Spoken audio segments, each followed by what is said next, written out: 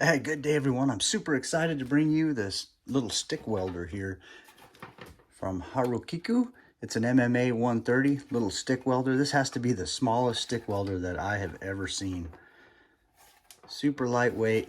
It's got a nice little carrying strap on there, but I mean, I can darn near fit my hands all the way around this thing.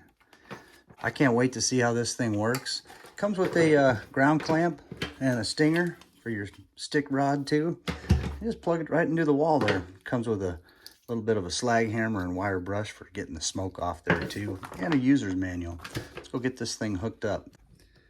Yeah, your leads just plug right in here. Pop it in there and twist.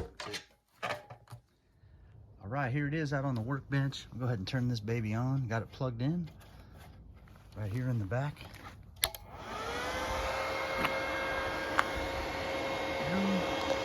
You get your adjustments right here, your amperage adjustments.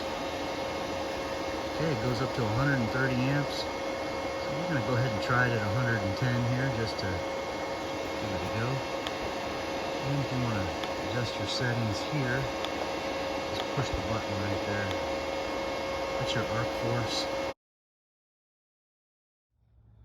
I'm running some E6013 5/64.